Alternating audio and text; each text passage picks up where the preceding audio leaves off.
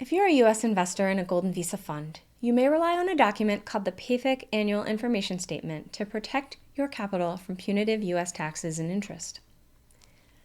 But what if that compliance document is structurally invalid? What if the document is invisibly faulty?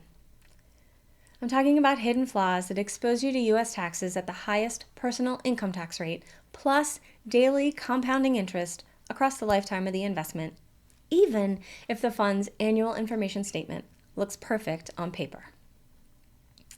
The issue isn't what the fund tells you, it's what they might not tell you. Foreign fund managers don't necessarily understand U.S. tax law, and U.S. investors relying solely on the assurances of offshore funds would do well to realize the inherent conflict of interest that the funds have. Fund managers and their local auditors use international accounting rules. U.S. law does not. Valid PFIC annual information statements require highly specific, complex accounting calculations to support a valid QEF election. Many of the funds I've encountered are simply not set up to do this expensive accounting translation work. In fact, many aren't even aware that it's required. This failure of specific calculation leads to two traps. One, the tax time bomb. If it's based on a faulty annual information statement, a QEF election today could be invalidated years later, collapsing the tax election and triggering the excess distribution regime and daily compounding interest. A faulty PFIC annual information statement now quickly becomes a tax time bomb that could detonate later upon inquiry or audit.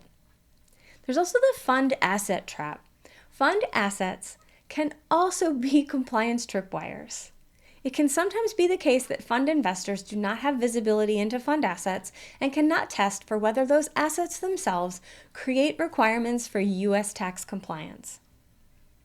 Missing the required U.S. tax filings relevant to those assets, even without visibility into the structures of the assets themselves, can indefinitely suspend the statute of limitations on a U.S. tax return, leaving the return subject to inquiry and audit indefinitely.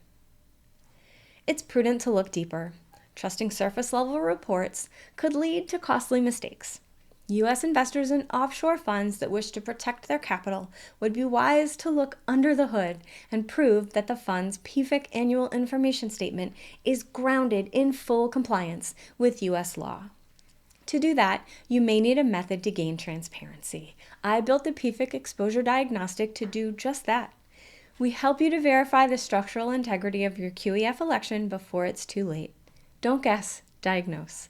Click the link below to begin the process and ensure your U.S. QEF tax election is based on a document that is structurally sound. For a deeper dive on this topic and a host of risks and insights relevant to Golden Visa fund investments, join us in Don't Get Burned, the Golden Visa Risk Masterclass. Golden Visa programs are both immigration and investment programs. The course was designed to help you understand the implications that apply to U.S. investors in offshore funds.